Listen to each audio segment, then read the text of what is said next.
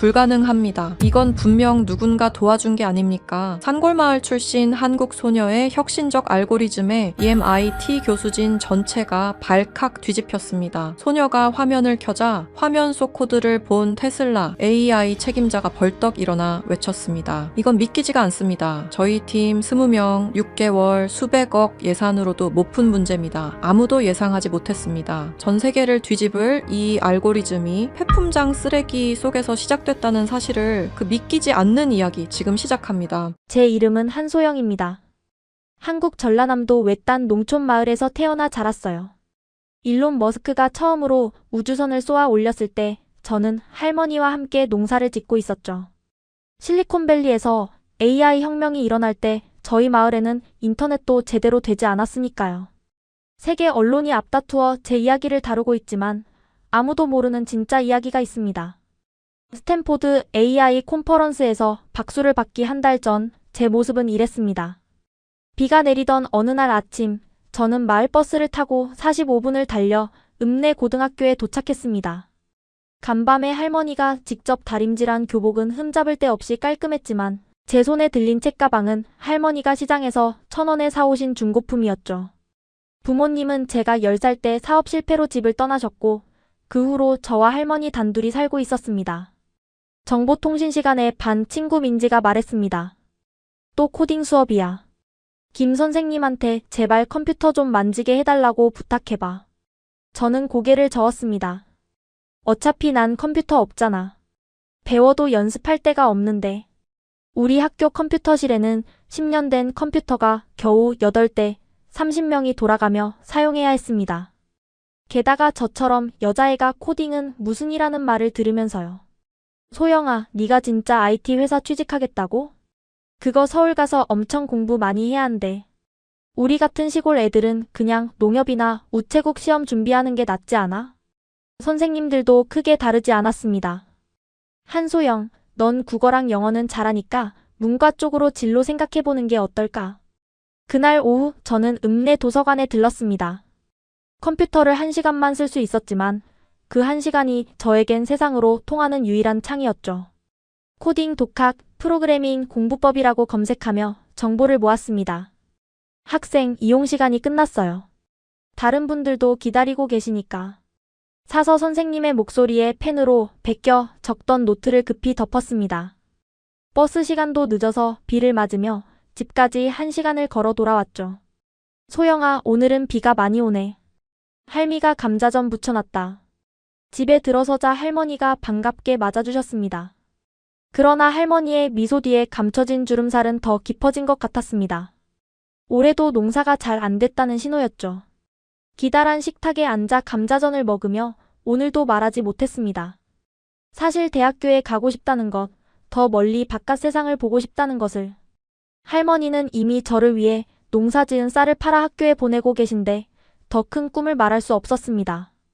할머니, 전 대학 안 갈래요. 빨리 취직해서 할머니 고생 안 시킬 거예요. 할머니는 웃으시며 제 머리를 쓰다듬으셨습니다. 소영아, 할미는 네가 하고 싶은 거 다 했으면 좋겠다. 네가 행복하면 할미는 그걸로 된 거야. 그날 밤 전등 아래 몰래 프로그래밍 책을 보던 저는 창밖에 비치는 무언가의 시선이 멈췄습니다. 비가 그치고 달빛이 물에 젖은 마을 쓰레기장을 비추고 있었고 그곳에 무언가 반짝이는 것이 보였습니다. 운명이 저를 부르고 있었습니다.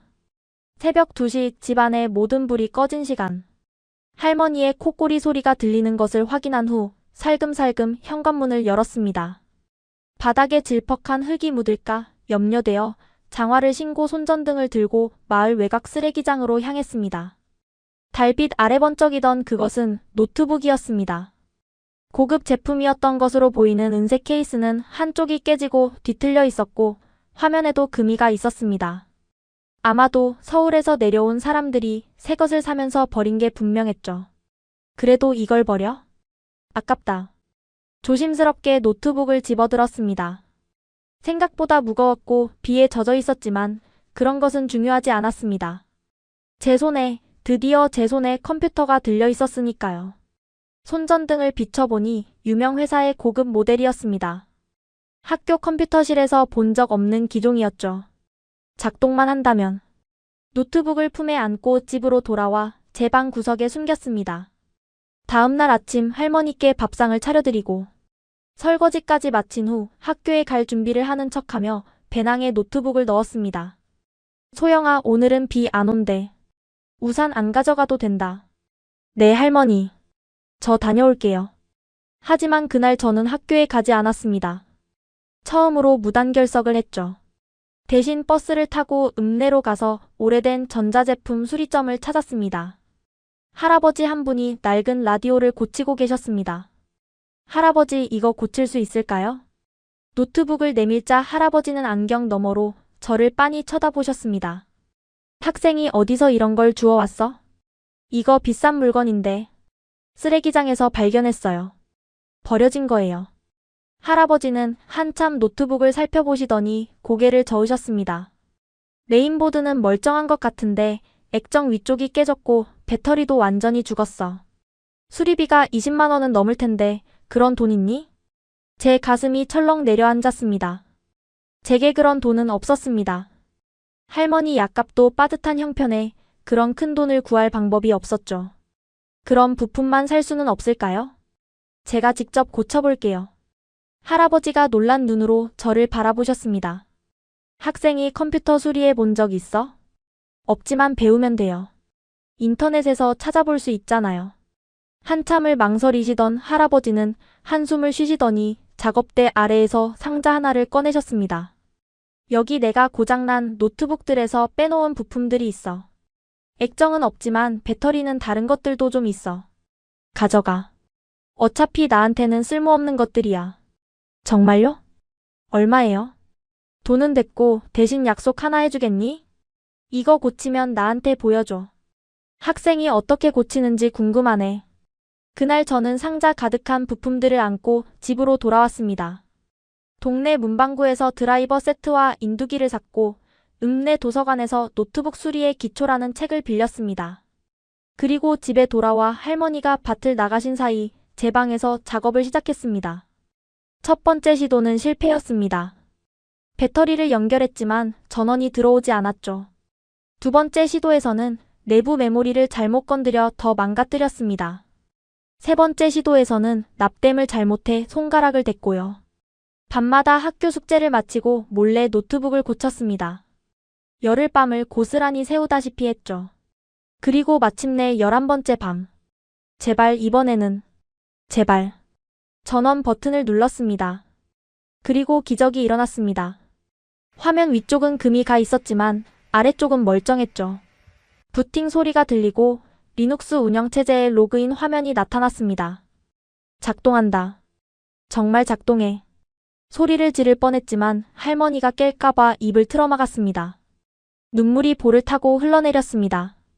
손가락은 화상으로 붉게 부어 있었고 손톱 밑은 검은 때가 끼어 있었지만 그 어떤 순간보다도 행복했습니다. 화면에는 이전 주인이 남긴 파일들이 있었습니다. 그중 파이썬 프로그래밍이라는 폴더가 눈에 띄었습니다. 열어보니 프로그래밍 수업 자료였습니다. 그리고 머신러닝 기초라는 또 다른 폴더도 있었죠. 그날 밤 비가 창문을 두드리는 소리를 배경 음악 삼아 저는 1시간, 2시간, 3시간 끝없이 코드의 세계에 빠져들었습니다. 아침이 밝아올 때까지 하나도 자지 않았지만 전혀 피곤하지 않았습니다. 첫 프로그램을 실행했을 때 그 설렘을 제가 어떻게 표현할 수 있을까요? 그것은 마치 암흑 속에서 별을 발견한 것 같았습니다.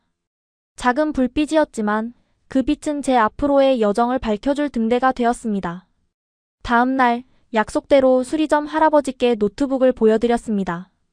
이걸 네가 고쳤다고? 대단하구나. 할아버지의 놀란 눈빛을 잊을 수 없습니다. 그리고 더 놀라운 제안을 해주셨죠. 우리 가게 컴퓨터가 자꾸 먹통이 되는데 한번 봐줄래? 시간당 10,000원 줄게. 그렇게 저는 첫 아르바이트를 시작했습니다. 주말마다 할아버지 가게에서 일하며 컴퓨터를 수리하고 그 돈으로 노트북 부품을 사서 제 것을 더 업그레이드했죠. 금이 간 화면은 테이프로 붙이고 조금씩 더 나은 부품으로 교체해 나갔습니다. 쓰레기장에서 발견한 노트북 한 대가 농촌 소녀의 인생을 바꾸어 놓기 시작했습니다. 이제 제게는 목표가 생겼습니다. 다른 사람들이 쉽게 살 수 있는 노트북 한 대가 이렇게 제 세상을 바꿨다면 저 역시 다른 이들의 세상을 바꿀 수 있는 무언가를 만들 수 있지 않을까요? 그리고 저는 이미 알고 있었습니다. 제가 만들고 싶은 그것이 무엇인지를. 우리 집 뒷마당에는 오래된 비닐하우스가 하나 있었습니다. 겨울에는 할머니가 김장 배추를 저장하는 곳이었지만 봄부터 가을까지는 거의 사용하지 않았죠. 저는 그곳을 제 비밀 작업실로 만들기로 했습니다. 낡은 책상을 놓고 자전거 다이나모를 개조해 만든 충전 장치도 설치했습니다. 페달을 밟으면 전기가 만들어지고 그 전기로 노트북 배터리를 충전할 수 있는 간단한 회로였죠. 전기가 끊기거나 할머니 몰래 공부할 때 사용하기 위해서였습니다. 소영아, 요즘 얼굴이 파리하다. 밤에 제대로 자니? 네, 잘 자요. 시험 준비하느라 조금 피곤한 것뿐이에요. 사실은 매일 밤 3시간씩 자며 코딩을 공부하고 있었습니다. 학교에서 돌아오면 할머니 일을 도와드리고 저녁을 먹은 후에는 숙제를 하고 그리고 할머니가 주무시면 비닐하우스로 살금살금 나갔죠. 때로는 비가 와서 지붕이 새기도 했고 여름밤에는 모기떼에 시달리기도 했습니다. 하지만 그 어떤 것도 저를 멈추게 할 수 없었습니다. 노트북에 저장된 파이썬 튜토리얼을 시작으로 저는 독학의 세계에 뛰어들었습니다. 처음에는 영어로 된 자료를 이해하는 것조차 힘들었습니다. 영어 단어장을 옆에 두고 하나하나 찾아가며 공부했죠. 변수, 함수, 알고리즘 같은 용어들은 처음에는 외계어처럼 느껴졌습니다. 가장 큰 어려움은 인터넷이었습니다. 우리 마을은 인터넷 품질이 매우 좋지 않았고 비가 오는 날이면 아예 끊기도 했죠. 당연히 우리 집에는 와이파이가 없었습니다. 그래서 주말마다 자전거를 타고 30분을 달려 읍내 PC방에 갔습니다. 2시간에 2,000원, 제 용돈의 거의 전부였지만 그 시간 동안 최대한 많은 자료를 다운로드했습니다. 얘야, 매주 오는 것 같은데 뭘 그렇게 열심히 해?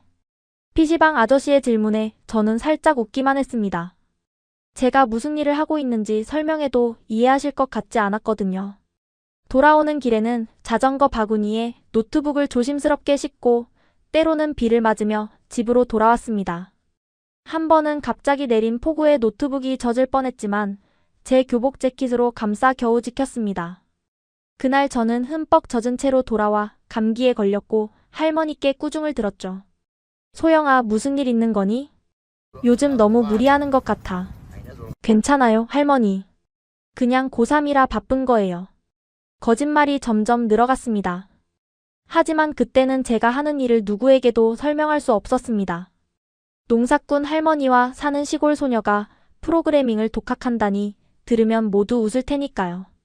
그렇게 6달이 지났습니다. 파이썬의 기본 문법을 마스터하고 간단한 웹 크롤링도 할 수 있게 되었습니다.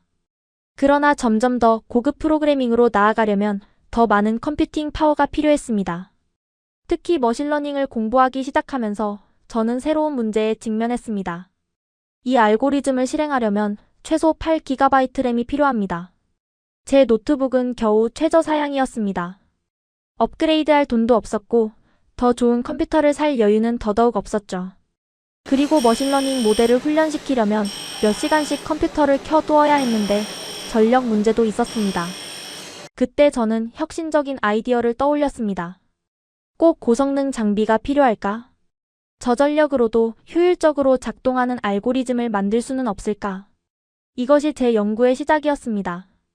PC방에서 다운로드한 학술 논문들을 밤새 읽으며 저는 기존 알고리즘의 비효율성을 발견했습니다. 대부분의 알고리즘은 컴퓨팅 파워가 충분하다는 가정하에 설계되었고 저전력 환경은 고려되지 않았죠. 그래서 저만의 방식을 개발하기 시작했습니다. 할머니가 김치를 담그실 때처럼 재료를 아끼고 효율적으로 사용하는 법을 알고리즘에 적용했습니다. 데이터를 더 작은 단위로 나누어 처리하고 불필요한 계산은 과감히 생략했죠. 자전거 발전기로 노트북을 충전하며 코딩하던 어느 날 또 다른 아이디어가 떠올랐습니다. 자전거를 페달링하는 속도가 불규칙한 것처럼 전력 공급이 불안정한 상황에서도 안정적으로 작동하는 알고리즘이 필요해. 그렇게 저는 변동 전력 적응형 알고리즘을 개발하기 시작했습니다. 전력이 불안정한 환경에서도 계산을 계속할 수 있고 심지어 중간에 전원이 꺼져도 중요한 데이터를 잃지 않는 시스템이었죠. 물론 수많은 실패가 있었습니다. 한 번은 모델을 훈련시키다가 노트북이 과열되어 꺼졌고 3일간의 작업물이 모두 날아가기도 했습니다.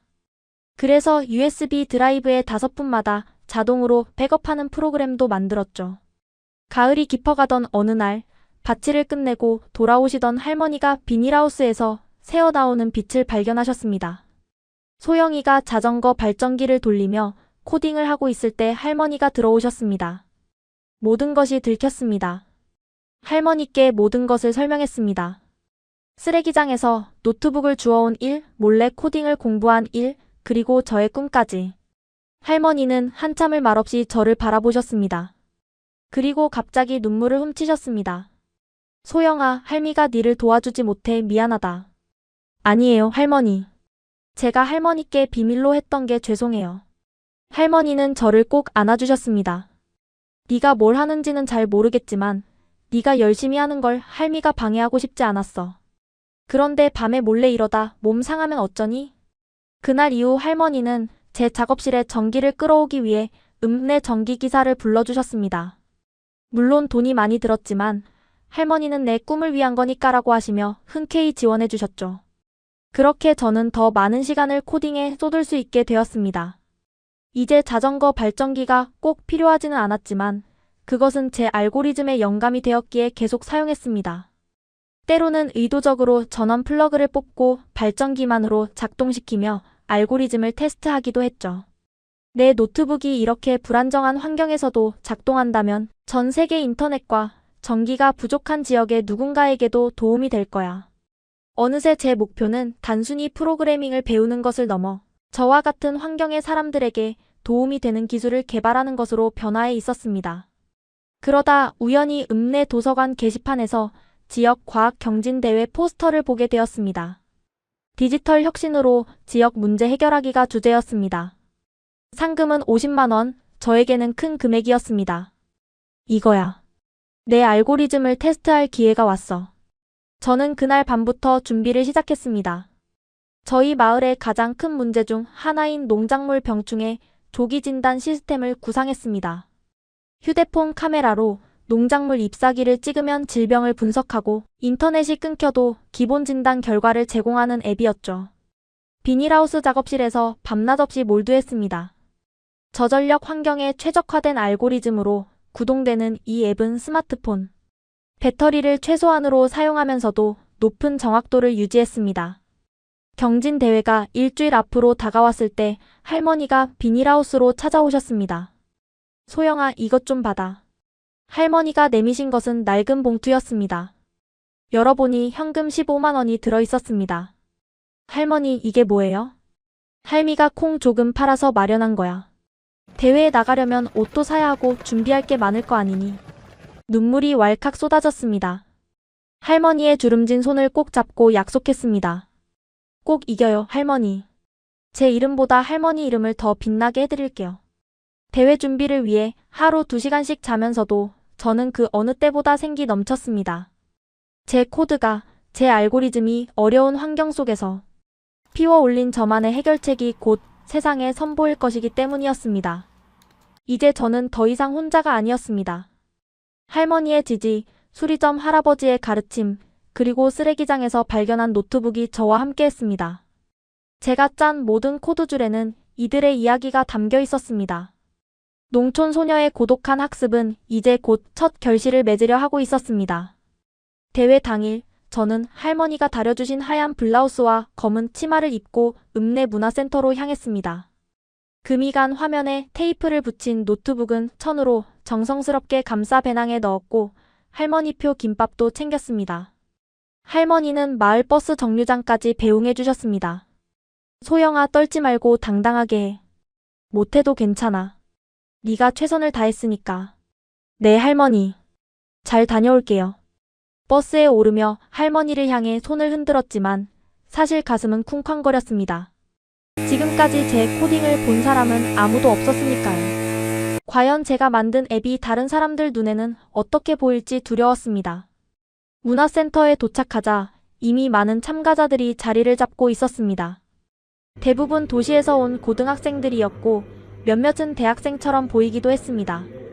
다들 최신 노트북과 태블릿을 펼쳐놓고 있었습니다.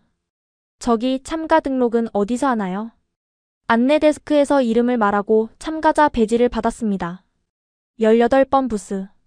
구석에 위치한 작은 테이블이었지만 저에겐 그것조차 감격스러웠습니다. 테이프로 고정된 노트북 화면을 펼치고 보조 배터리를 연결했습니다. 몇몇 참가자들이 제 노트북을 힐끗거리며 웃는 것이 보였습니다. 누군가는 저건 뭐야, 골동품인가? 라고 놀리기도 했죠. 하지만 상관없었습니다. 중요한 건 노트북 외관이 아니라 그 안에 담긴 코드니까요.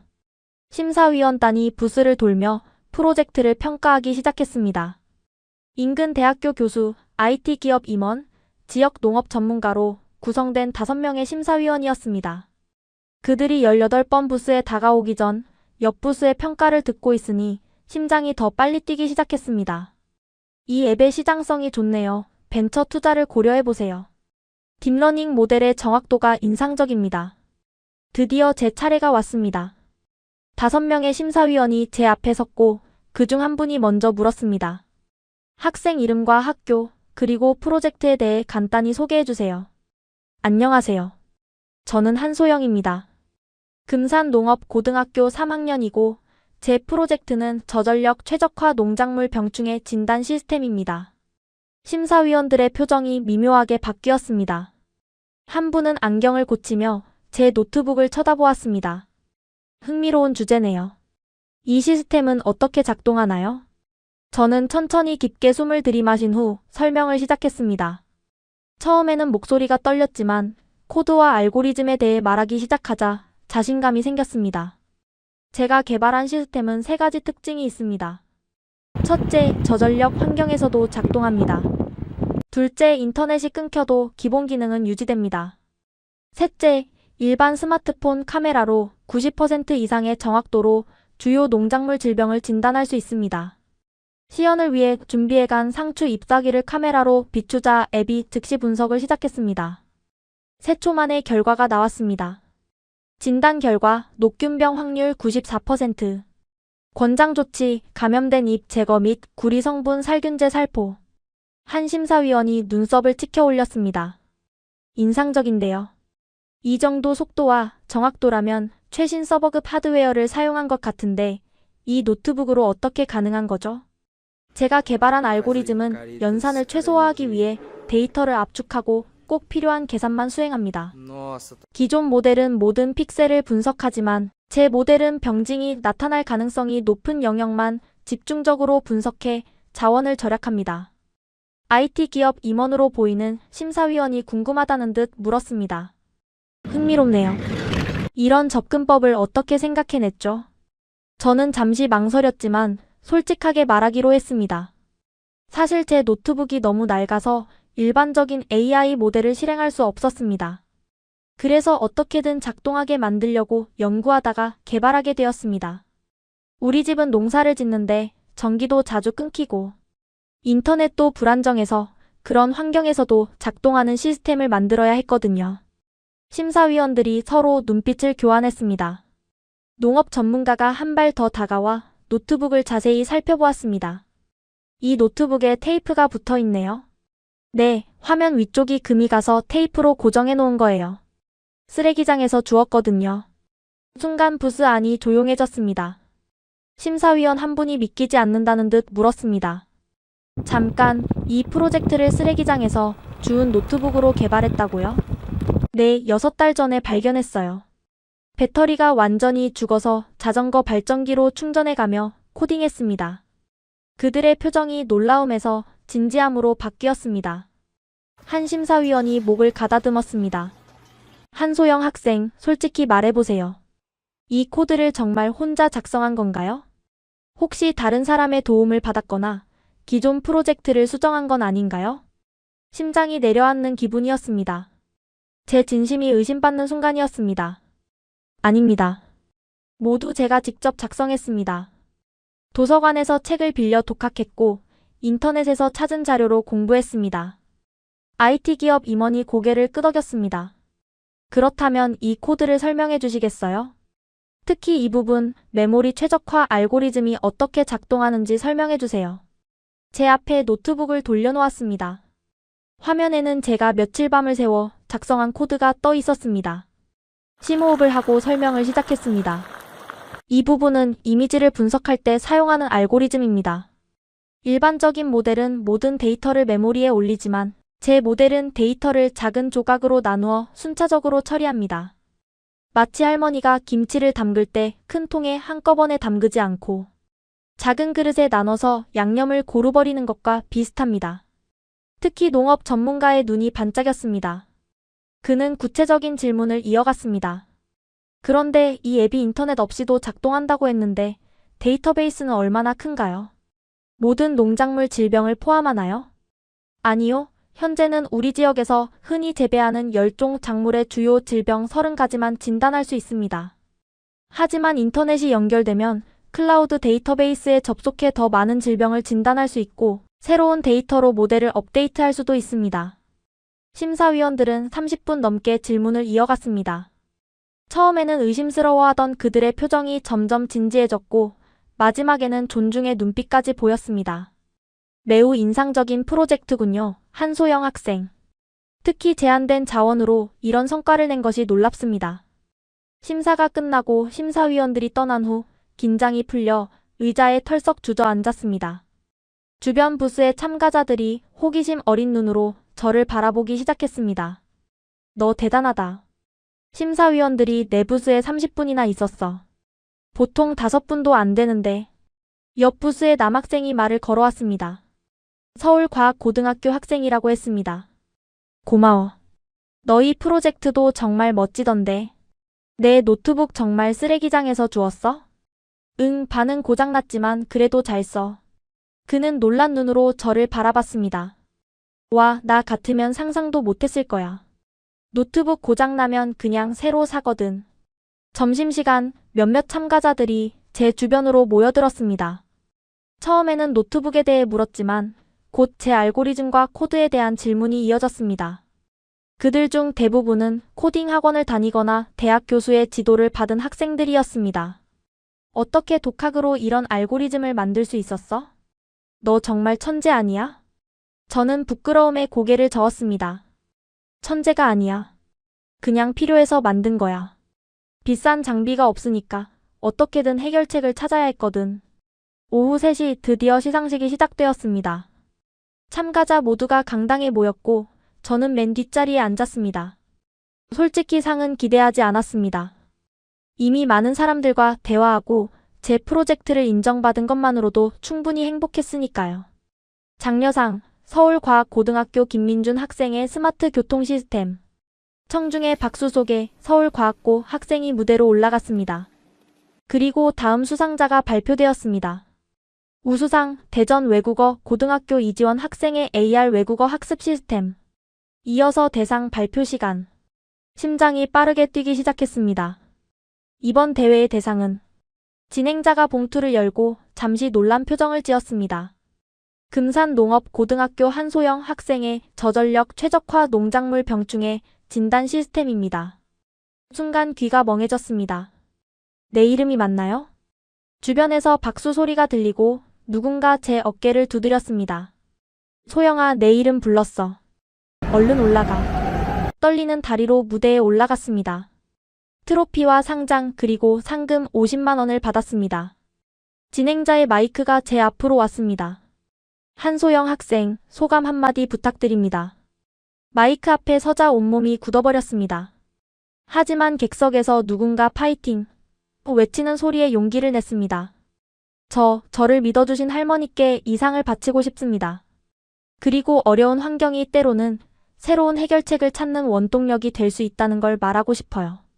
감사합니다. 짧은 소감이었지만 강당에는 큰 박수가 울려 퍼졌습니다.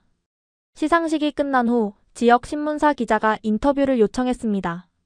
농업소녀, 쓰레기장 노트북으로 IT 혁신을 이루다라는 제목의 기사가 다음날 지역 신문 일면을 장식했습니다. 집으로 돌아오는 버스 안에서 저는 창밖을 바라보며 생각했습니다. 이제 제 삶이 조금씩 변하기 시작했습니다. 하지만 이것은 끝이 아니라 시작에 불과했습니다. 아직 제가 가야 할 길이 멀리 펼쳐져 있었으니까요. 마을에 도착했을 때 할머니가 버스 정류장에서 기다리고 계셨습니다. 할머니 품에 뛰어들어 트로피를 보여드렸습니다. 할머니, 제가 대상 탔어요. 할머니의 눈에서 눈물이 흘러내렸습니다. 우리 소영이가 해냈구나. 그날 저녁 마을 이장님이 찾아오셨습니다. 소식을 듣고 축하해주러 오신 거였습니다. 소영이 정말 대단하다. 우리 마을에서 이런 인재가 나다니. 이장님은 제 이야기를 듣고 감탄하시더니 중요한 제안을 하셨습니다. 소영아, 마을회관에 남는 방이 있는데 거기서 연구를 계속하는 게 어떻겠니? 컴퓨터도 오래됐지만 하나 있고 인터넷도 빠른 편이야. 제 눈이 반짝였습니다. 비닐하우스보다 훨씬 나은 환경이었습니다. 정말요? 감사합니다, 이장님. 그날부터 저는 마을회관의 작은 방에서 코딩을 계속했습니다. 학교 선생님들의 태도도 달라졌습니다. 정보 선생님은 특별히 저를 불러 프로그래밍 관련 책들을 빌려주셨고, 진로 선생님은 대학 추천서를 써주겠다고 제안하셨습니다. 소영이가 이런 재능이 있는 줄 몰랐어. 미안하다. 저는 웃으며 고개를 저었습니다. 괜찮아요, 선생님. 저도 제가 이런 일을 할 수 있을 줄 몰랐으니까요. 지역 신문 기사는 점차 더 큰 매체로 퍼져나갔습니다. 도단위 신문에 실리고 농업 관련 월간지에도 소개되었습니다. 제 앱에 관심을 보이는 농업 회사들도 생겨났습니다. 작은 성공이었지만 저에게는 인생을 바꾸는 전환점이었습니다. 노트북 화면에 붙인 테이프를 바라보며 생각했습니다. 이것이 단지 부서진 기기를 수리한 것이 아니라 제 미래를 향한 첫 번째 계단이었다는 것을. 그리고 더 큰 꿈이 제 마음속에 자라나고 있었습니다. 전 세계 자원이 부족한 지역에서도 사용할 수 있는 기술을 만들고 싶었습니다. 제가 경험한 어려움을 겪는 사람들에게 도움이 되는 혁신을 이루고 싶었습니다. 대회에서 받은 상금 50만 원으로 노트북 화면을 교체하고 메모리도 업그레이드했습니다. 테이프는 더 이상 필요 없었지만 작은 조각을 남겨두었습니다. 제 여정의 시작을 잊지 않기 위해서였죠. 지역 신문에 실린 기사 덕분에 몇몇 농업기술 회사에서 연락이 왔습니다. 제 앱을 실제 농가에 적용해 보고 싶다는 제안이었습니다. 학교 선생님들의 도움으로 주말마다 인근 농가들을 방문해 앱을 테스트하고 개선했습니다. 실제 환경에서의 피드백은 프로그램을 더욱 견고하게 만들었습니다. 소영 학생 앱 덕분에 배추 농사 절반은 살렸어요. 정말 고마워요. 한 농부 아저씨의 말씀에 가슴이 뜨거워졌습니다. 제 코드가 실제로 누군가에게 도움이 된다는 사실이 저에게는 가장 큰 보상이었습니다. 그렇게 몇 달이 흘렀습니다. 고3 수험생이었지만 대학 진학보다 제 앱을 개발하는 데 더 많은 시간을 쏟았습니다. 선생님들은 걱정하셨지만 저는 제 길을 가기로 마음먹었습니다. 어느 날 밤 농업기술 포럼에 가입해 제 프로젝트에 대한 글을 올렸습니다. 그저 다른 개발자들의 조언을 구하고 싶었을 뿐이었는데 다음 날 아침 일어나 보니 글이 폭발적인 반응을 얻고 있었습니다. 이건 단순한 앱이 아니라 개발도상국 농업을 변화시킬 수 있는 혁신입니다. 저전력 환경에 최적화된 이 접근법은 AI의 민주화에 큰 기여를 할 수 있습니다. 특히 한 댓글이 제 눈길을 사로잡았습니다. 스탠포드 글로벌 AI 챌린지에 꼭 지원해보세요. 당신의 프로젝트는 정확히 그들이 찾는 종류의 혁신입니다. 스탠포드 글로벌 AI 챌린지. 세계적인 대학교에서 주최하는 국제 경진 대회라니 감히 꿈꿀 수 없는 무대였습니다. 호기심에 검색해보니 매년 전 세계에서 수천 명이 지원하는 대형 대회였습니다. 올해의 주제는 지속 가능한 미래를 위한 AI 솔루션이었습니다. 심장이 빠르게 뛰기 시작했습니다. 제 프로젝트가 딱 맞는 주제였습니다. 하지만 곧 현실적인 문제들이 떠올랐습니다. 첫째, 참가비가 $300, 약 40만 원이었습니다. 둘째, 모든 제출 서류와 발표는 영어로 해야 했습니다. 셋째, 본선 진출 시 미국 샌프란시스코까지 직접 가야 했습니다. 불가능해.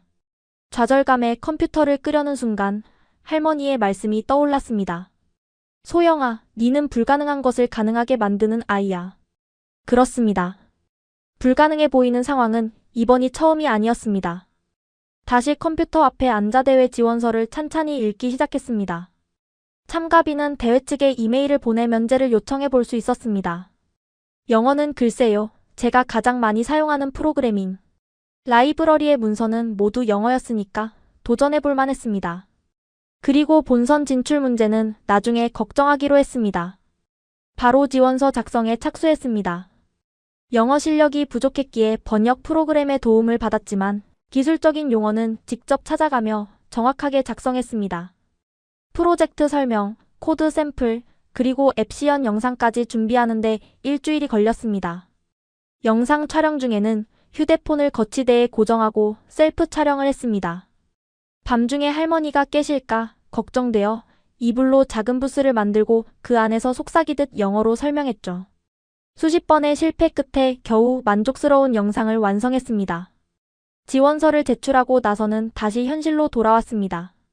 솔직히 합격 가능성은 매우 낮다고 생각했습니다. 세계 최고의 대학들에서 온 학생들, 대형 기업의 연구원들과 경쟁해야 했으니까요. 일주일 후 대회 측으로부터 이메일이 왔습니다. 한소영님의 참가비 면제 요청이 승인되었습니다. 또한 귀하의 프로젝트 저전력 최적화 농작물 병충해 진단 시스템이 첫 심사를 통과했음을 알려드립니다. 믿을 수 없었습니다. 수천 명의 지원자 중에서 1차 심사를 통과했다니요. 마을회관에서 소리를 지르다가 옆방 이장님을 깨울까봐 입을 막았습니다. 다음 단계는 화상 인터뷰였습니다. 주어진 시간은 15분, 심사위원들에게 프로젝트를 설명하고 질문에 답해야 했습니다. 영어로요. 인터뷰 준비를 위해 온 신경을 집중했습니다. 매일 밤 거울 앞에서 영어 발표를 연습했고 읍내 영어학원에 찾아가 원장 선생님께 도움을 청했습니다. 선생님은 제 사연을 듣고 무료로 발음 교정을 도와주셨습니다. 네의 발음이 완벽하지 않아도 괜찮아. 네의 아이디어와 열정이 더 중요해. 인터뷰 당일 마을회관에 일찍 도착해 인터넷 연결을 확인하고 또 확인했습니다. 화상회의 링크가 활성화되자 심호흡을 하고 접속했습니다. 화면에는 3명의 심사위원이 있었습니다. 스탠포드 교수, 구글 AI 연구원, 그리고 환경단체 대표였습니다. 안녕하세요, 한소영입니다. 만나서 반갑습니다. 떨리는 목소리로 한국어로 먼저 인사를 건네고 이어서 영어로도 같은 인사를 전했습니다. 안녕하세요, 한소영 씨. 귀하의 프로젝트에 대해 매우 흥미롭게 읽었습니다. 먼저 설명해 주시겠어요? 준비한 발표를 시작했습니다. 처음에는 말이 꼬이고 더듬었지만 제 앱과 알고리즘에 대해 이야기하기 시작하자 자신감이 생겼습니다. 코드와 수학은 국제 언어니까요. 저희 알고리즘은 일반적인 딥러닝 모델보다 95% 적은 에너지를 사용하면서도 90%의 정확도를 유지합니다. 심사위원들이 놀란 표정을 지었습니다. 구글 연구원이 질문했습니다. 매우 인상적인데요. 이런 접근법을 어떻게 생각해냈나요? 저는 솔직하게 대답했습니다. 필요했기 때문입니다. 전 농촌에 살고 있고 전기가 불안정하며 오래된 노트북으로 코딩합니다. 이런 상황에서도 작동하는 프로그램을 만들어야 했습니다. 환경단체 대표가 미소를 지으며 말했습니다. 한소영 씨, 개발도상국의 많은 농부들이 비슷한 상황에 있습니다. 당신의 솔루션은 그들에게 큰 도움이 될 수 있습니다. 인터뷰는 예상보다 훨씬 부드럽게 진행되었습니다. 마지막에 스탠포드 교수가 물었습니다. 만약 본선에 진출한다면 샌프란시스코에 올 수 있나요? 가슴이 철렁 내려앉았습니다. 미국 여행은 비행기 티켓만으로도 100만 원이 넘었고 숙박비까지 고려하면 상상조차 할 수 없는 금액이었습니다. 솔직히 말씀드리자면 재정적으로 쉽지 않을 것 같습니다. 하지만 어떻게든 방법을 찾겠습니다. 교수가 고개를 끄덕였습니다. 알겠습니다. 감사합니다. 화상 인터뷰가 끝나고 이틀 후 또 다른 이메일이 도착했습니다. 한소영님 축하합니다. 귀하는 스탠포드 글로벌 AI 챌린지 본선 진출자로 선정되었습니다. 본선은 한 달 후 샌프란시스코에서 개최됩니다. 대회 측에서 귀하의 여행 및 숙박 비용을 지원하기로 결정했음을 알려드립니다. 읽고 또 읽어도 믿기지 않았습니다. 제가 정말 세계적인 대회 본선에 진출했다고요? 게다가 여행 경비까지 지원해준다니. 그날 저녁 떨리는 마음으로 할머니께 이 소식을 전했습니다. 할머니, 제가 미국에 가게 됐어요. 할머니의 표정이 복잡해졌습니다. 기쁨과 걱정이 뒤섞인 표정이었죠. 미국? 그렇게 먼 곳에. 소영아, 네 혼자 갈 생각이니? 네, 대회에서 경비를 지원해준대요. 호텔도요. 비행기표는? 할머니가 걱정스럽게 저를 바라보며 물어보셨습니다. 비행기 값은 제가 벌어볼게요. 제가 대답하자 할머니는 한참을 말없이 앉아 계셨습니다. 그러다 천천히 말씀하셨습니다. 네가 태어나서 한 번도 서울도 안 가봤는데 이제는 지구 반대편까지 가는구나. 할머니의 눈에 눈물이 고였습니다. 저도 울컥했습니다. 할머니 안 갈까요? 할머니가 단호하게 고개를 저으셨습니다. 아니다, 가야지. 이런 기회가 또 언제 오겠니? 네의 꿈을 향해 가거라. 할머니는 방으로 들어가셨다가 낡은 나무 상자를 들고 나오셨습니다. 이건 내가 네 대학 등록금으로 모아둔 거야. 하지만 지금이 더 중요할 것 같구나. 상자 안에는 통장이 있었습니다. 잔액은 300만 원. 제 손이 떨렸습니다. 할머니, 이걸 제가 어떡해요? 통장을 내려놓고 할머니는 한숨을 깊게 내쉬셨습니다. 사실 이것만으로는 부족할 거야. 미국은 정말 멀고 비행기표도 비싸다고 하더구나. 다음 날 아침 할머니는 평소보다 일찍 나가셨습니다. 저녁이 되어서야 돌아오신 할머니는 지친 표정이었지만 어딘가 홀가분해 보이셨습니다. 소영아, 나 오늘 면사무소에 다녀왔다. 우리 집 뒤에 있는 논, 작은 거 말이야. 그거 팔았어. 순간 숨이 멎는 것 같았습니다. 할머니, 그게 무슨 말씀이세요? 그 논은 할아버지가 남겨주신. 그래, 내 할아버지가 평생 일해서 번 땅이지. 하지만 할아버지도 네가 이렇게 크게 성장하는 걸 보면 기뻐하실 거야. 이 돈으로 비행기표 사고 미국에서 필요한 것들 사렴. 할머니가 내미신 봉투에는 현금 500만 원이 들어 있었습니다. 눈물이 볼을 타고 흘러내렸습니다. 할머니, 어떻게 갚아야 할지. 할머니는 제 머리를 쓰다듬으셨습니다. 돈으로 갚으려 하지 마. 내가 꿈을 이루는 모습을 보여주는 것이 할미에겐 가장 큰 선물이야. 그리고 내가 성공하면 다른 시골 아이들도 도와주렴. 그게 진짜 갚는 거야. 그날부터 본격적인 준비가 시작되었습니다. 여권이 없어서 급히 신청했고 비자 발급을 위해 영사관에 갔습니다. 읍내 영어 학원 원장님이 면접 준비를 도와주셨고 기술 내용 발표는 매일 밤 연습했습니다. 농업고등학교 교장 선생님은 제 사연을 듣고 특별 휴가를 허락해 주셨습니다. 한소영, 니는 이미 우리 학교의 자랑이야. 부담 갖지 말고 경험 자체를 즐기길 바란다. 대회 일정이 다가올수록 불안함과 설렘이 교차했습니다. 비행기를 타본 적이 없었고 영어로 의사소통하는 것도 두려웠습니다. 혼자 미국 입국 심사를 통과할 수 있을지, 호텔 체크인은 어떻게 하는지 등 작은 것들까지 걱정됐습니다. 하지만 모든 걱정을 뛰어넘는 결심이 있었습니다. 이번 기회를 통해 제 기술을 세계에 알리고 제가 해결하고자 하는 문제의 중요성을 공유하고 싶었습니다. 출발 전날 밤 할머니와 마당에 앉아 별을 보았습니다. 할머니, 무서워요. 당연히 무섭지. 내가 한 번도 가보지 않은 곳이니까. 하지만 소영아, 네가 지금까지 해온 것들은 더 무서운 도전이었어. 쓰레기장에서 주운 노트북으로 이런 성과를 이룬 니라면 이번에도 잘 해낼 거야. 할머니의 말씀에 용기를 얻었습니다. 다음 날 아침 온 마을 사람들이 나와 배웅해 주셨습니다. 이장님이 준비한 마을 봉고차로 인천공항까지 데려다 주셨습니다. 차 안에서 할머니는 제 손을 꼭 잡고 계셨습니다. 공항에 도착해 체크인을 하고 출국장으로 향하는 순간이 왔습니다. 소영아, 건강이 제일 중요해. 밥 잘 챙겨 먹고 낯선 사람 따라가지 말고. 할머니를 꼭 안아드렸습니다. 할머니, 걱정 마세요. 꼭 좋은 소식 가지고 돌아올게요. 마지막으로 고개를 돌려 손을 흔들고 출국장으로 들어섰습니다. 이제 저는 농촌 소녀의 울타리를 벗어나 세계를 향한 첫걸음을 내딛고 있었습니다. 비행기 창가에 앉아 구름 위로 솟아오르는 태양을 바라보며 생각했습니다. 지금까지의 모든 어려움이 이 순간을 위한 준비였을지도 모른다. 노트북을 열고 발표 자료를 마지막으로 점검했습니다. 화면 구석에 여전히 남아있는 작은 테이프 조각이 눈에 들어왔습니다. 그것을 손가락으로 살짝 만지며 미소 지었습니다. 제 인생에서 가장 큰 도전이 기다리고 있었습니다. 하지만 이제 저는 두렵지 않았습니다. 왜냐하면 이미 불가능을 가능으로 바꾸는 법을 알고 있었으니까요. 12시간의 비행 끝에 샌프란시스코 국제공항에 도착했습니다. 비행기 창문으로 보이는 광활한 도시 풍경은 제가 알던 세계와는 전혀 달랐습니다. 높은 빌딩들, 끝없이 이어진 고속도로, 그리고 수많은 비행기들. 이게 정말 현실일까요? 손에 꼭 여권과 입국 서류를 확인하며 심호흡을 했습니다. 대회 측에서 보내준 안내 이메일을 다시 읽어보며 다음 단계를 머릿속에 정리했습니다. 입국 심사를 통과하고 수화물을 찾고 그 다음 미팅 포인트로 가면 대회 스태프가 나를 맞이할 것이라고 했습니다. 입국 심사대 앞에 서자 손바닥에 땀이 배었습니다.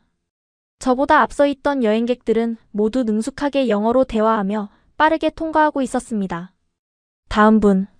심장이 목구멍까지 올라왔습니다. 입국 심사관 앞에 선 저는 떨리는 손으로 여권과 서류를 내밀었습니다.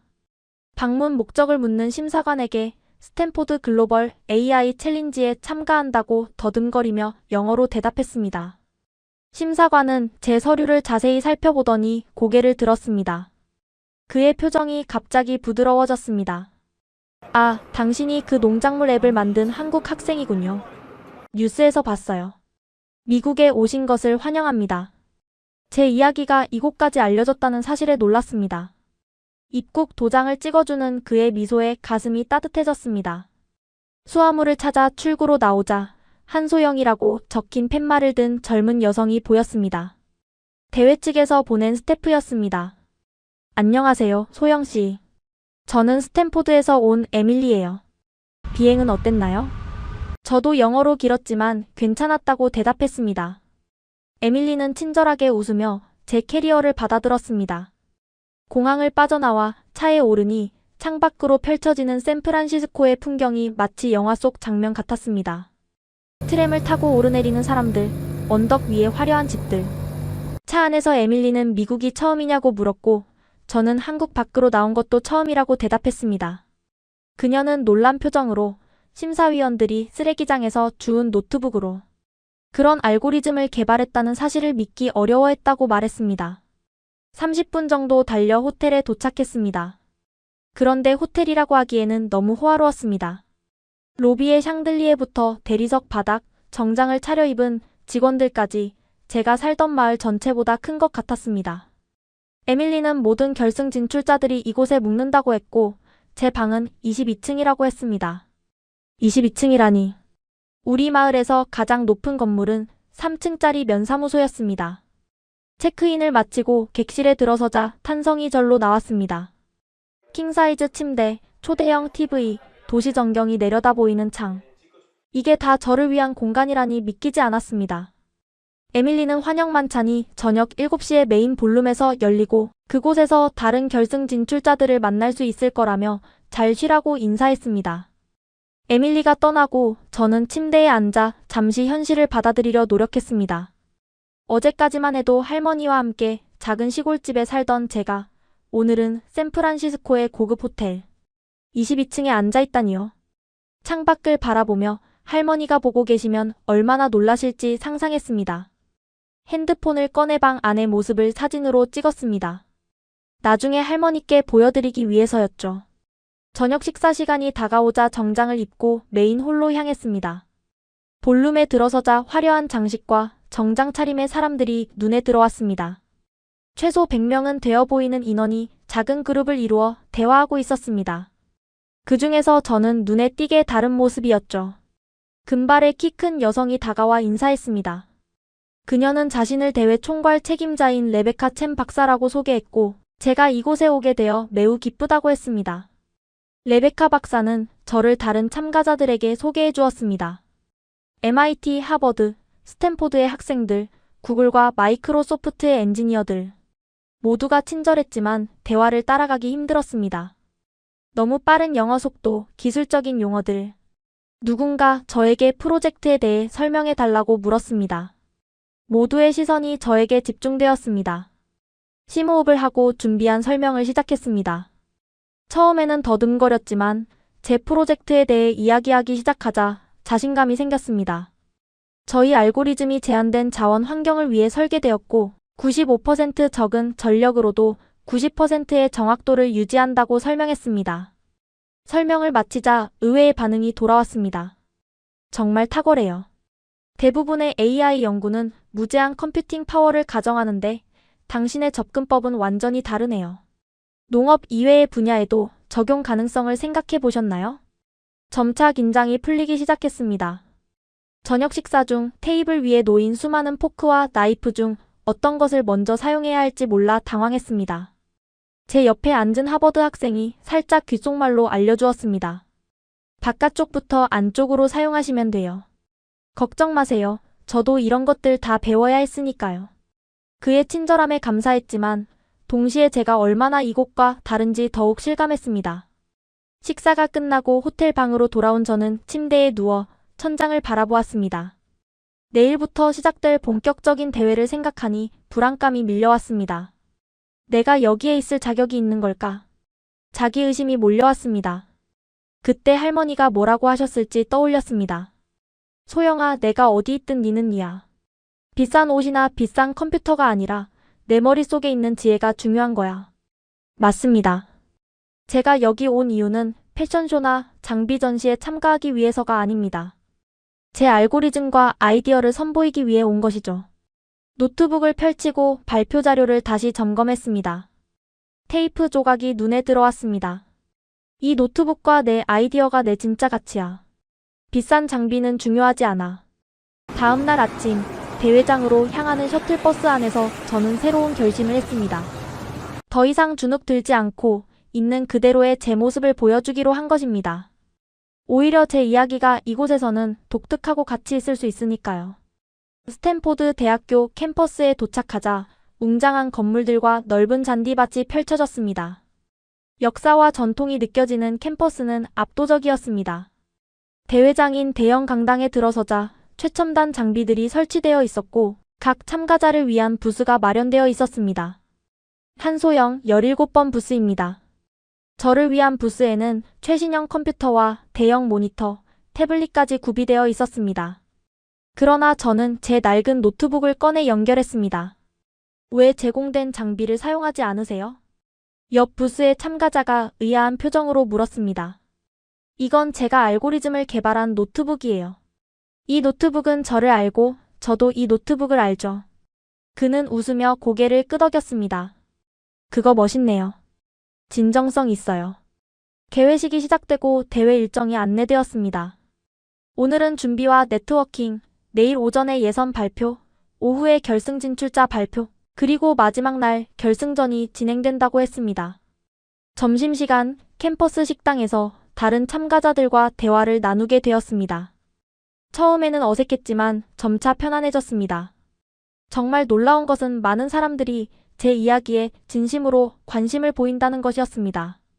정말 쓰레기장에서 그 노트북을 발견한 거예요? 그리고 직접 고친 건가요? 네, 고장났었어요. 수리 방법을 찾아가며 직접 고쳤죠. 우리는 대부분 뭔가 고장나면 그냥 새 것을 사거든요. 한 참가자는 자신도 개발도상국 출신이라며 제 이야기에 깊이 공감한다고 말했습니다. 또 다른 참가자는 자신의 할머니도 농부였다며 제 앱에 큰 관심을 보였습니다. 제 할머니는 당신의 앱을 정말 좋아하셨을 거예요. 평생 식물 질병과 싸우셨거든요. 점차 깨달았습니다. 제가 다른 점은 약점이 아니라 강점이 될 수 있다는 것을.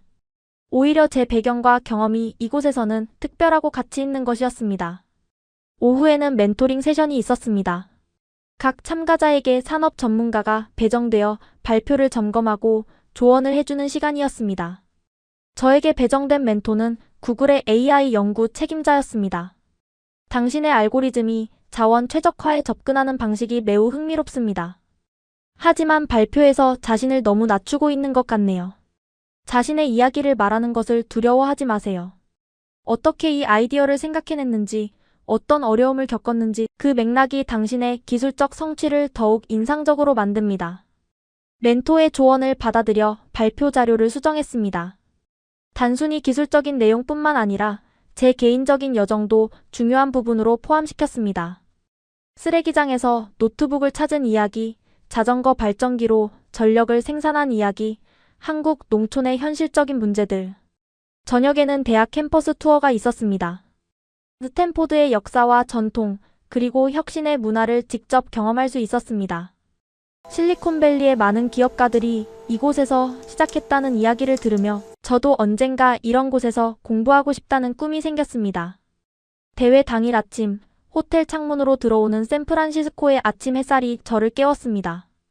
발표 시간은 오전 10시 30분, 제 차례는 5번째였습니다.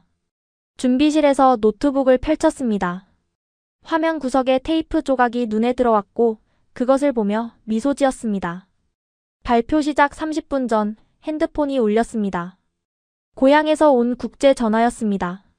소영아 할미다. 잘 지내고 있니? 할머니의 목소리에 눈물이 왈칵 쏟아질 뻔했습니다. 할머니, 네, 잘 지내고 있어요. 근데 어떻게 국제 전화를? 이장님이 도와주셨어. 오늘 중요한 날이라고 해서. 할미는 내가 어디에 있든 항상 응원한다. 니는 우리 마을의 자랑이야. 고마워요, 할머니. 할머니 덕분에 여기까지 왔어요. 논을 팔아주셔서. 목이 메어 더 이상 말을 잇지 못했습니다. 괜찮다, 소영아. 그냥 네가 항상 해왔던 대로만 하렴. 내 머릿속에 있는 것들을 그대로 보여주면 돼. 통화를 마치고 얼굴을 씻은 후 마음을 다잡았습니다. 할머니의 말씀대로 그냥 제가 항상 해왔던 대로만 하면 되는 거였습니다. 드디어 제 차례였습니다. 다음은 한국에서 오신 한소영 학생의 저전력 최적화 농작물 병충해 진단 시스템 발표입니다. 제 이름이 호명되자 심장이 터질 것 같았습니다. 천천히 숨을 들이마시고 내쉬었습니다. 그리고 단상으로 올라갔습니다. 강당에는 약 300명이 앉아 있었습니다. 앞줄에는 심사위원들이, 그 뒤로는 다양한 관계자들이 자리했습니다. 안녕하세요. 제 이름은 한소영입니다. 한국의 작은 농촌 마을에서 왔습니다. 첫 문장부터 약간 더듬었지만 준비한 대로 계속 이어갔습니다. 멘토의 조언대로 제 개인적인 이야기도 포함시켰습니다. 이 프로젝트의 아이디어는 제 할머니가 농사 짓는 모습에서 시작되었습니다. 할머니는 식물 질병을 눈으로 식별하는데 어려움을 겪으셨고 저는 그걸 도울 방법을 찾고 싶었습니다. 다음 슬라이드에서는 제가 쓰레기장에서 노트북을 발견한 이야기, 그것을 수리하고 자전거 발전기로 충전했던 이야기를 공유했습니다. 저는 전력 공급이 불안정한 환경에서 노트북을 사용해야 했습니다. 그래서 저전력 상태에서도 효과적으로 작동하는 알고리즘을 개발해야 했죠.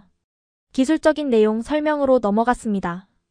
이 부분에서는 떨림없이 자신감 있게 말할 수 있었습니다. 이것은 제가 밤낮으로 연구한 분야였으니까요. 기존 딥러닝 모델은 모든 픽셀을 분석하지만 제 모델은 질병 징후가 나타날 가능성이 높은 영역만 집중적으로 분석합니다. 이를 통해 연산량을 95% 줄이면서도 90%의 정확도를 유지할 수 있습니다. 발표가 절정에 달했을 때 갑자기 제 노트북 화면이 깜빡이더니 꺼져버렸습니다. 순간 가슴이 철렁 내려앉았습니다. 청중들 사이에서 웅성거림이 들렸습니다. 죄송합니다, 제 노트북이.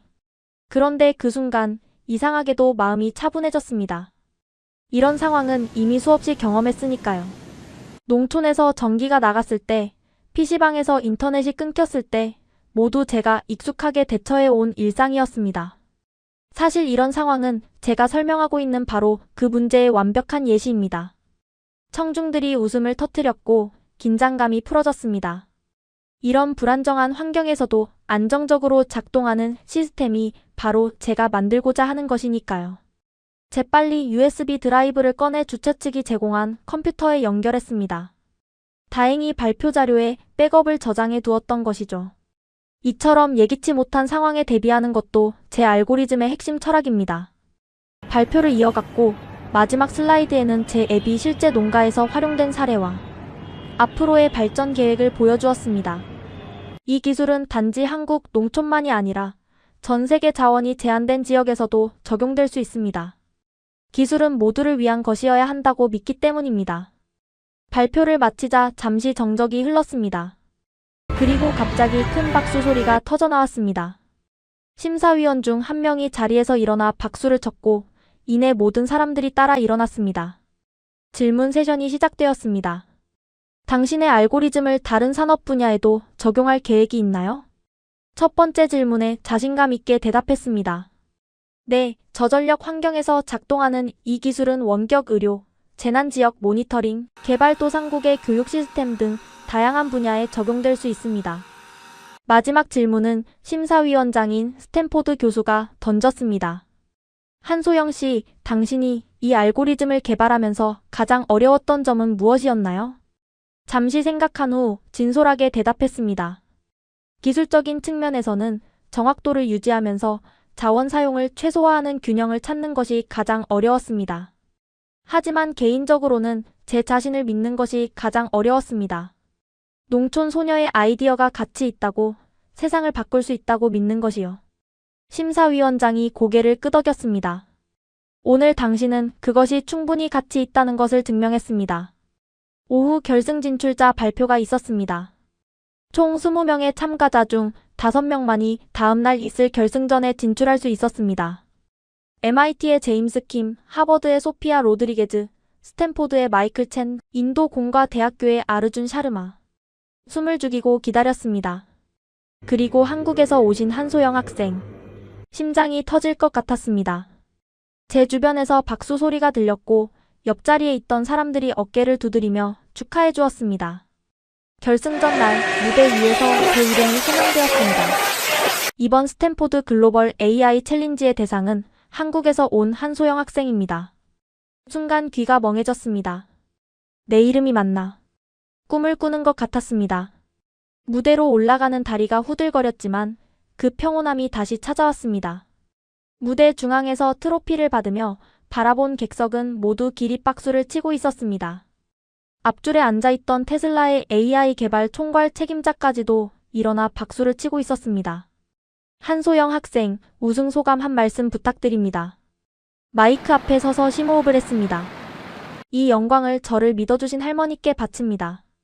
할머니는 제 꿈을 위해 소중한 논을 파셨습니다. 그리고 전 세계 자원이 부족한 지역에 있는 모든 아이들에게 말하고 싶습니다. 여러분의 아이디어는 가치가 있습니다. 여러분의 경험은 특별합니다. 도전을 두려워하지 마세요. 시상식이 끝나자마자 취재진이 물밀듯이 몰려왔습니다. CNN입니다. 쓰레기장에서 주운 노트북으로 실리콘밸리를 놀라게 한 느낌이 어떤가요? BBC입니다. 앞으로의 계획은 무엇인가요?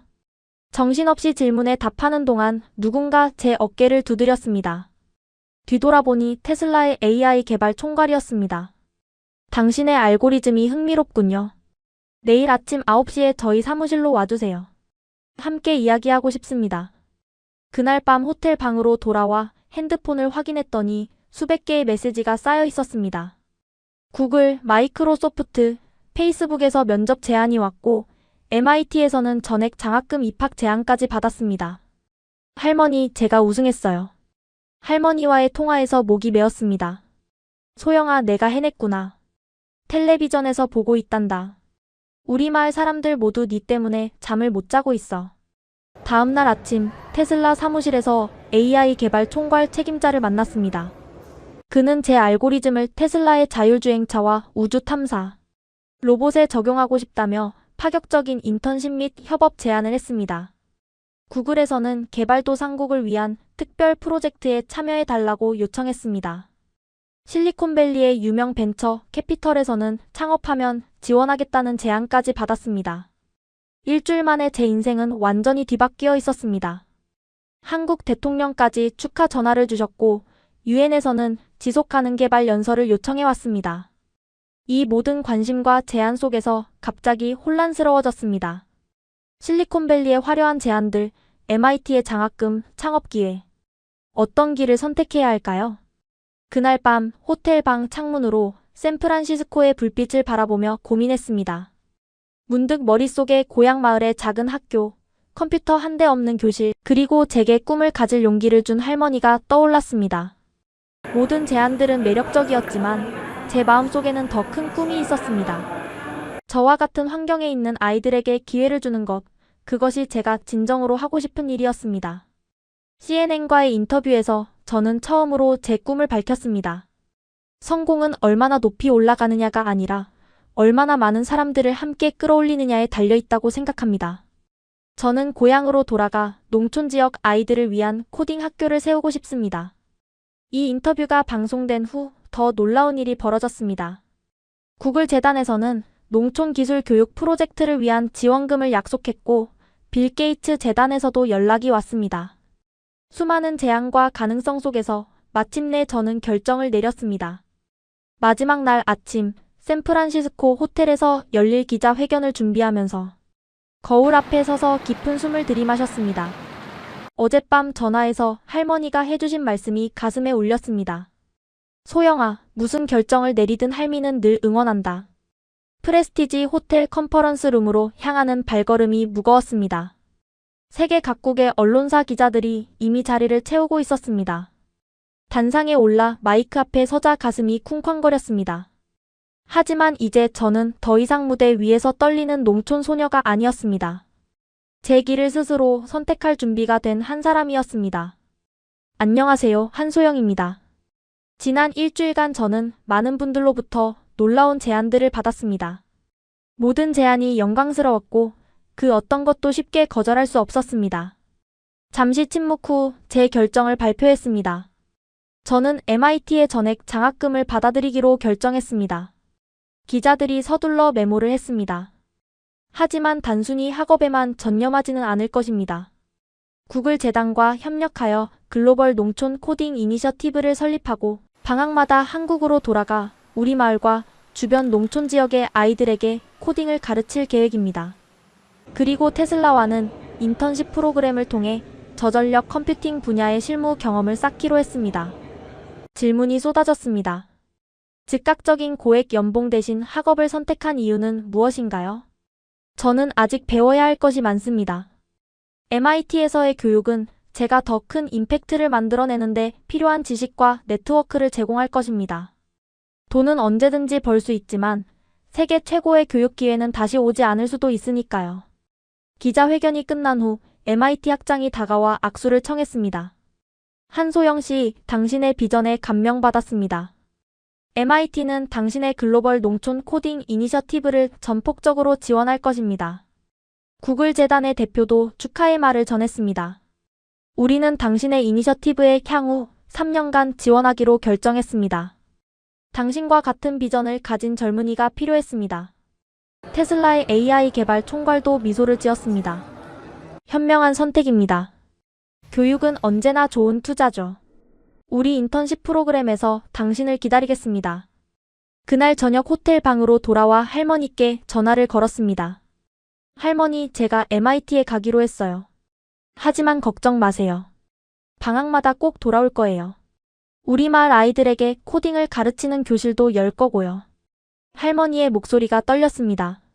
소영아, 할미는 네가 무슨 결정을 하든 늘 사랑한다. 그런데 MIT가 뭐 하는 곳인지 할미는 잘 모르겠구나. 저는 웃으며 대답했습니다. 세계 최고의 대학이에요, 할머니.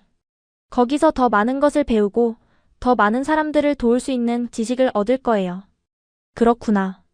우리 소영이가 이렇게 큰 대학에 간다니 믿어지지가 않는구나. 근데 학비는 어떻게 하니?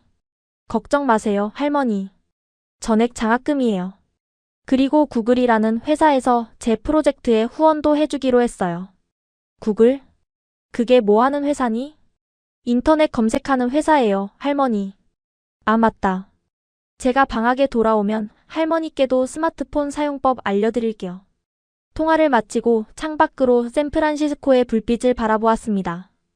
불과 몇 주 전만 해도 상상조차 할 수 없었던 미래가 눈앞에 펼쳐져 있었습니다. 다음 날, 한국으로 돌아가는 비행기에 오르며 고향과 세계를 연결하는 다리가 되겠다는 결심을 다졌습니다. 집에 도착하자 마을 사람들이 현수막을 걸고 환영해 주셨습니다. 우리의 자랑 한소영을 환영합니다. 이장님이 마을 회관에서 간단한 환영식을 준비해 주셨고 그 자리에서 저는 처음으로 농촌 코딩 캠프 계획을 발표했습니다. 이번 여름 마을 회관에서 2주간 코딩 캠프를 열고 싶습니다. 우리 마을과 인근 학교 아이들이 무료로 참여할 수 있어요. 구글에서 노트북 20대를 후원해 주기로 했습니다. 사람들의 눈이 반짝였습니다. 우리 애들도 소영이처럼 될 수 있을까요?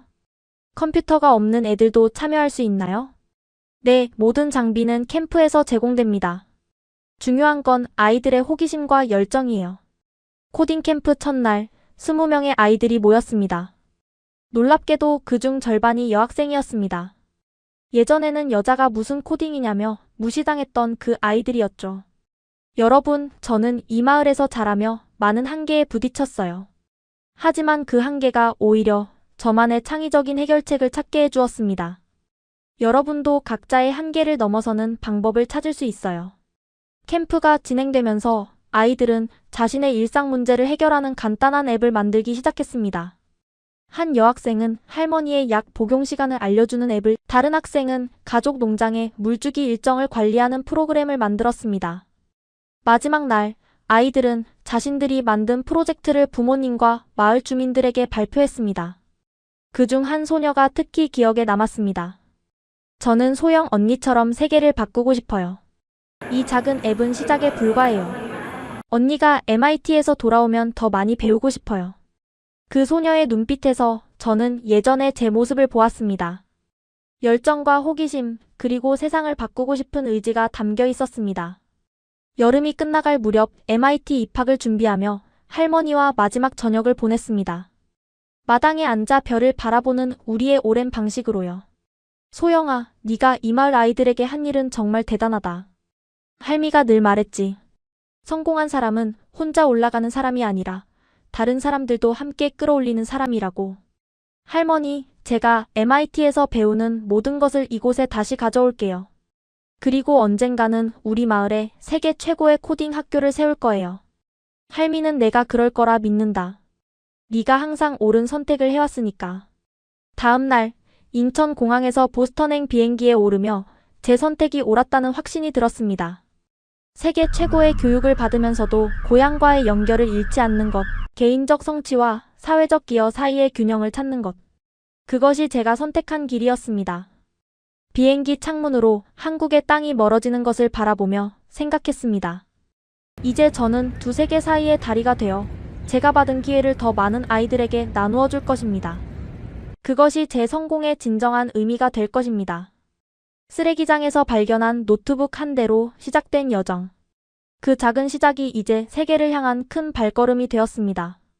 그리고 저는 이 물결을 제가 자란 작은 농촌 마을로 가져가기로 결심했습니다.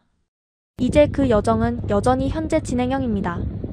여러분 오늘의 사연 어떠셨나요? 쓰레기장에서 건진 노트북 한 대, 자전거 페달을 밟아 만든 전기, 그리고 300명 앞에서 울린 기립박수. 기존 딥러닝 대비 연산량 95% 절감, 정확도 90% 유지. 스탠포드 글로벌 AI 챌린지 대상.